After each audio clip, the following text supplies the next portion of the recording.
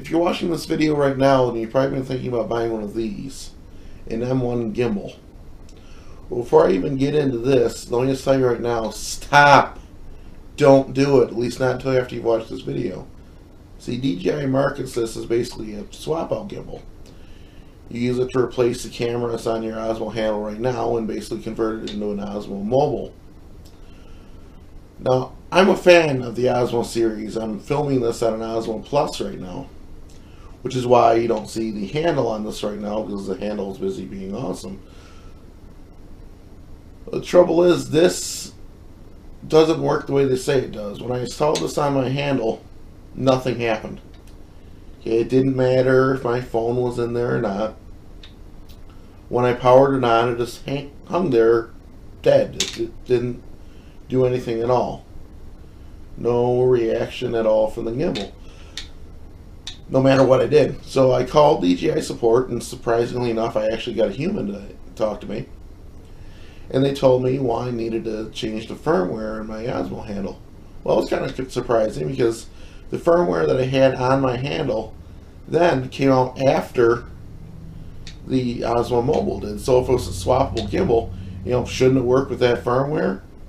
No, they tell me I need the Osmo Mobile firmware installed on my Osmo Plus handle. Well, that could be a problem. I mean, wouldn't that prevent me from putting my Osmo Plus camera back on there? Yeah, it would. Tell me if I want to swap back, then I have to switch my firmware again.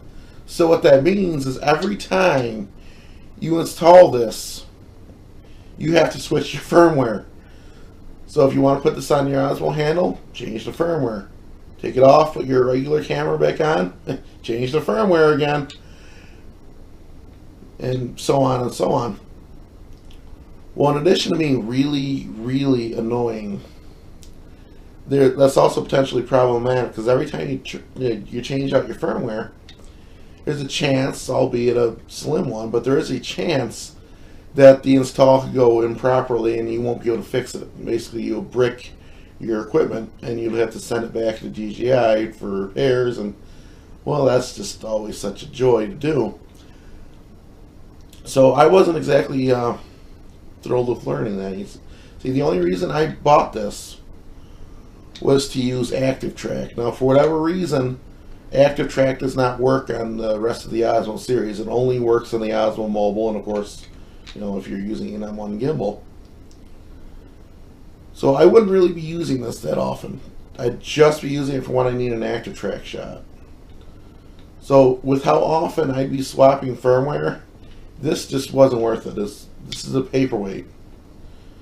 Unless you're planning on having this on there, quasi-permanently, don't waste your money on this.